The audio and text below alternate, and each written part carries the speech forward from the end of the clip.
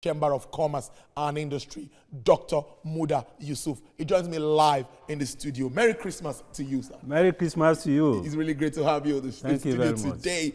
Now, let's start with after the elections, a lot of uncertainties in the economy. Some investors had to go back. We knew what happened and all that before we now had the results and we moved on. Now, what would you say, what effect would you say that really had on Nigerian economy's performance for 2019? Well, each time you have elections, there are issues about uncertainty. There are issues about risks as to what the policy direction of government will be. There are risks as to what the action of even some ministries and ministers will be concerning either existing projects or new projects. So the uncertainty that comes with the economy actually slowed down the momentum and the tempo of economic activities, at least in the first quarter of the year. But soon after that, I think the economy became, regained some measure of momentum. And luckily, there weren't too much of issues around the elections. Of course, the opposition party went to court and all of that. But there weren't major issues that disrupted the flow of economic activities. So generally, I think we were able to get over it. But looking at the economy from the macro side, because when we are assessing the economy, we look at it from a multi-dimensional point of view. There is a macroeconomic angle. That's looking at the key macroeconomic indicators. There is also the policy angle, because during the year, there were a lot of policies that businesses had to contend with. Some were positive, some were negative, some were mixed, some impacted the welfare of the people. There were also regulatory issues. The regulators came up with different kind of policies that affected the investment environment. Then there are also investment climate issues. Because when we talk about economic management, what matters to the average Nigerian is the impact on welfare. Very importantly, that's inclusive growth. Yes, it's very key. And when we talk about business, what matters to the average business person is the impact on his bottom line. How well the business is doing, the prosperity of business. So in order to do a holistic review of the economy, we need to look at all these key dimensions of the economy. So if we start with the macroeconomic issues, for instance, the GDP performance wasn't that bad. We had 2.01% for the first quarter, second quarter 2.12%, and third quarter 2.28%. Generally, that is not bad. First, because it's on a positive trajectory. And if you look at it compared to what it was last year it was about 1.94. Yes. Now we are talking about 2.28. I mean, that's an improvement, And again, if you look at the exchange rate, if you look at the market rate, of course, the official rate was 305. That is permanent and fixed. But we reckon more with what you can regard as the market rate. And it was between 360 to 363, maybe to 365. But generally, it was stable. Yes. Again, both for the citizens and for businesses, that was good. And I think we should commend the central bank for that, even though there could be discussions around the cost of that to the economy. But generally, it's a good thing that we had this stable exchange. So it enables businesses to plan better, because when the exchange rate becomes very volatile, planning becomes difficult. The risk of doing business also becomes difficult. So the stability was good. Of course, we had issues with the multiplicity of rates and all of that. But generally, we need to appreciate the fact that the exchange rate was stable for most parts of the year.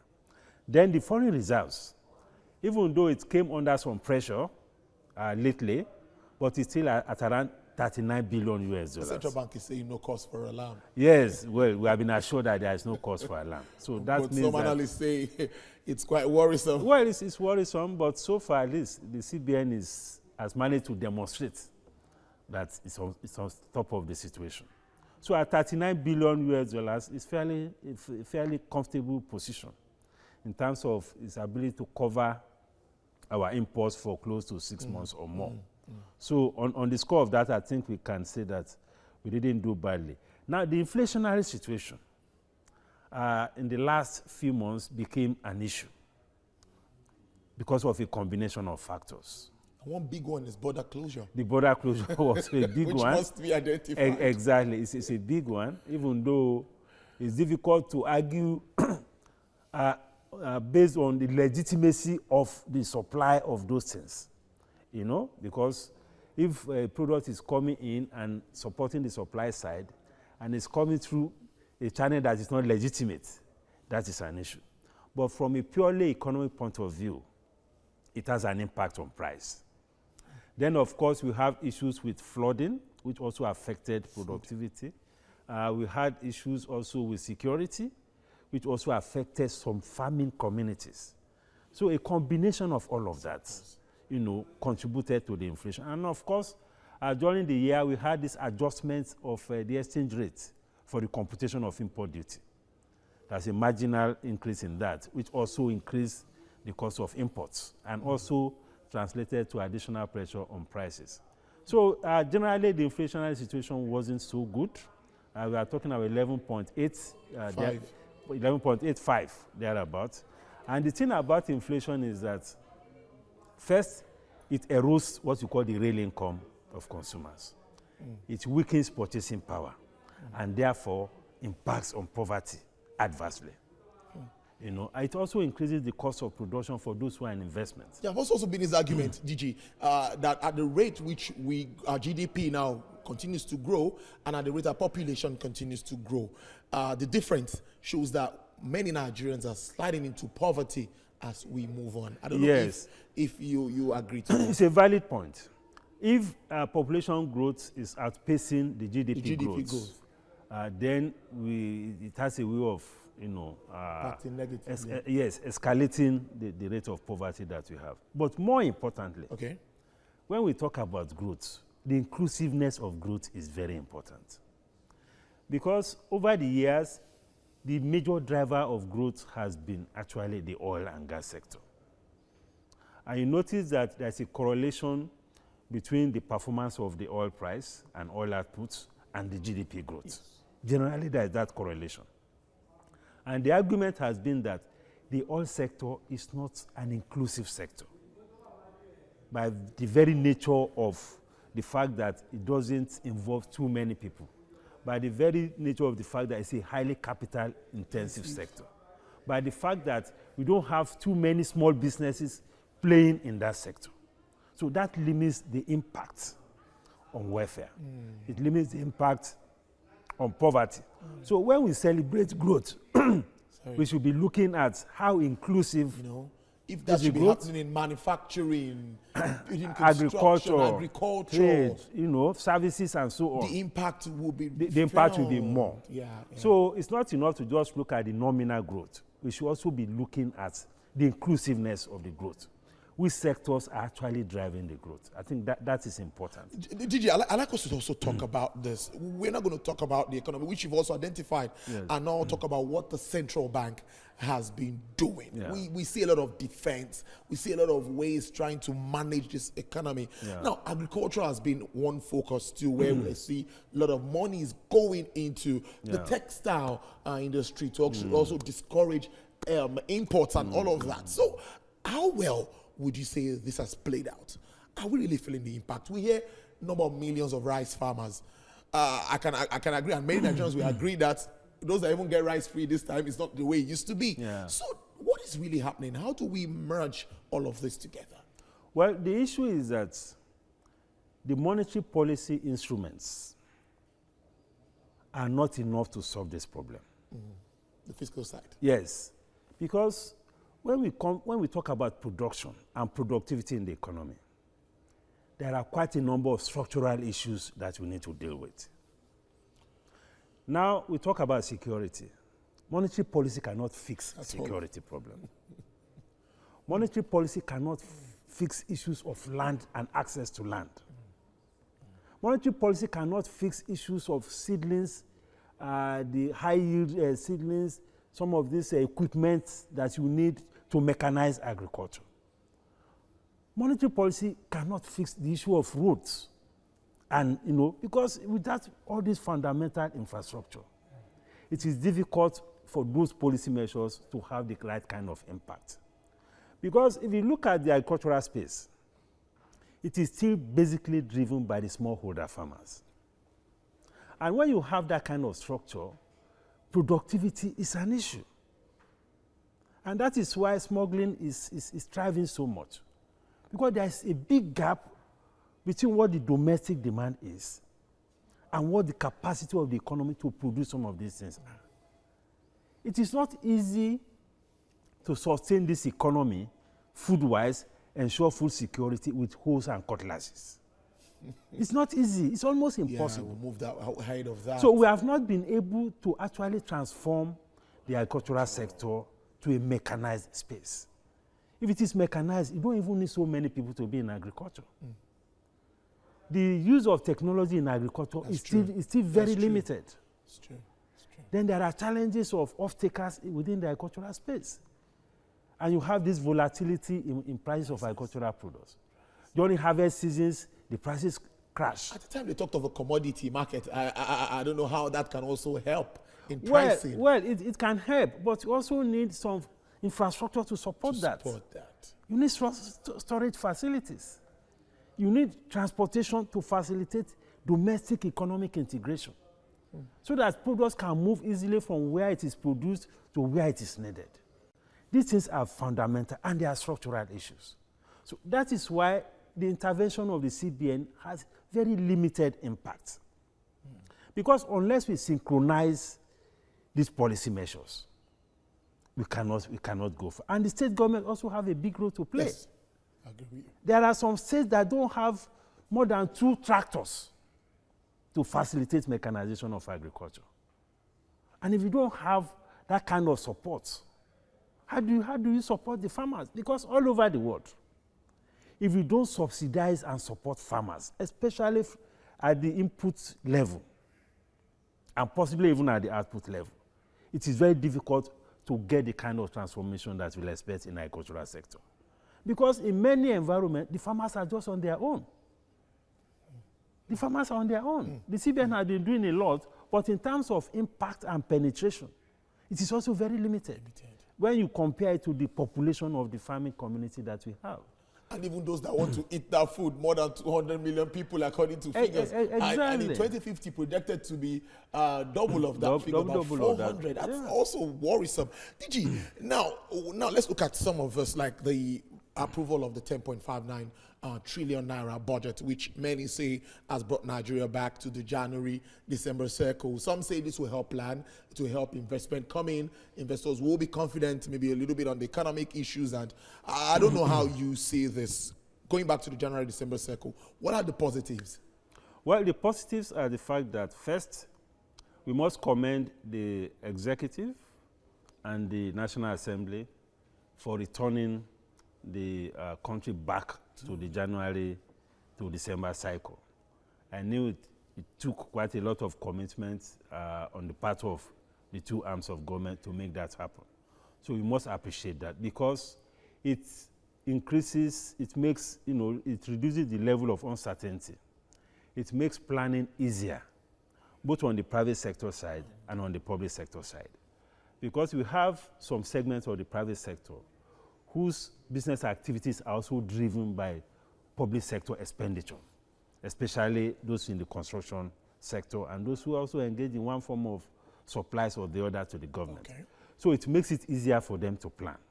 And it also makes it easier for government also to plan. So we must commend that because of the impact it will have on both the planning and also on implementation of the budget. Okay. Because sometimes, because of all this shifting cycle of budget, even some analysts get confused. You don't know when the budget implementation is starting. You don't know when it is terminating. It is overlapping and all of that. So all those confusion, I think, will be removed by this. I will let you go. We're going to touch quickly on issues around border closure. We touched it earlier, but we didn't really dwell into it. What's your position now? I know you've had a lot of press releases. You've talked about this. What's your position, and how is this really affecting members of the private sector? Well, the border closure is a mixed bag. It has positives. It also has its demerits. The positive is that it has stimulated through the generation of increased domestic demand for domestic production. For domestic production. Okay. We are talking about poultry products, for instance. Okay. Those who are producing locally are doing well now. We are talking about rice production. We are talking about sugar.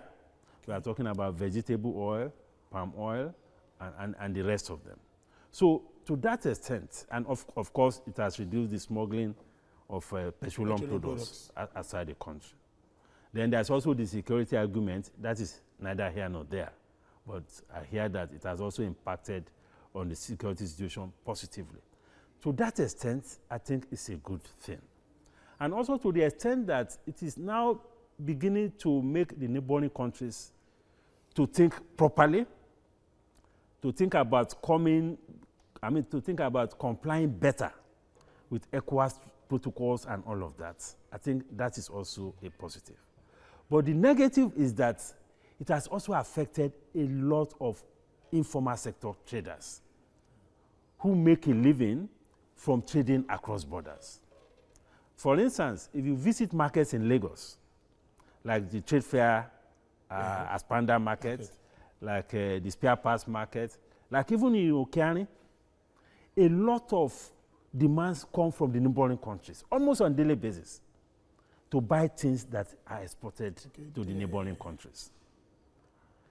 The closure of the border has affected them massively. Then we have some manufacturing concerns. Their products are what we call the ETLS products. The ETLS products are products that have been registered under the ECOWAS Trade Liberalization Scheme. These are products that if you produce in Nigeria or you produce in other West African countries, you can trade freely without any encumbrances. All those have also been affected. I also know of multinational companies that get some of their inputs from the neighboring countries for production. Some of them produce here and also sell in the neighboring countries or across the West African sub-region. All those productions have been severely disrupted. So that is why I said that it's a mixed bag. But what is important in all of this is to look at the fundamental issues so that we don't deploy a solution that is not sustainable. It's only a matter of time before smugglers begin to devise other means of circumventing all of this. So we need to address the fundamental issues, first of the capacity to manage the borders in terms of personnel and in terms of technology. We need to look at issues of domestic productivity. Because if we are operating in an environment where the cost of production is too high, the natural tendency is for consumers to be looking for cheaper options. So we need to see whatever we can do to support those who are in production to bring down their cost of production. We have talked about issues of infrastructure. We have talked sometimes issues of even tariffs on some of the intermediate products, issues of technology and things like that. So we need to support them so that cost of production can come down. Their products can become more affordable. Then we need to look at our tariffs.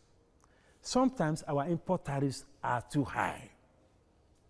And when import tariffs are too high, it's an incentive for smuggling. So we should keep tariffs at levels that are sustainable, at levels that will not hurt domestic production. These are issues that we need to look at. Really beautiful. In 1 minute, let's round up. What's the message from the fiscal side and the monetary side? 2020, now that it's not like it's an election year where we're not waiting for ministers, they already have their offices, they've got to get to work. What are our expectations? First quarter, 2020. Well, first, there is need for proper alignment and synchronization of policies. Second, there is a need to ensure that we ensure productivity in this economy. Protectionism is good, but productivity is what can make economic growth and real sector development more sustainable. So we should look at all these bottlenecks that those who are producing are facing, so that we remove these bottlenecks, so that they can produce more competitively, they can use more technology, so that we can, stop all this problem of, border issues and all of that. Because if productivity increases, the pressure to be looking outwards will also reduce. So that is very key. And on the monetary side, We also need to watch the way we intervene. It is good to strengthen the currency, but we should also not overdo it. Because stronger currencies penalizes domestic production, it encourages imports. So we need to deal with these issues also from a monetary policy, foreign exchange policy point of view. So all these things need to be looked at in a very holistic manner. Dr. Muda Yusuf, the Director General, Lagos Chamber of Commerce and Industry. Thank you very much. It's always great having you on the show. Thank you. Thank you.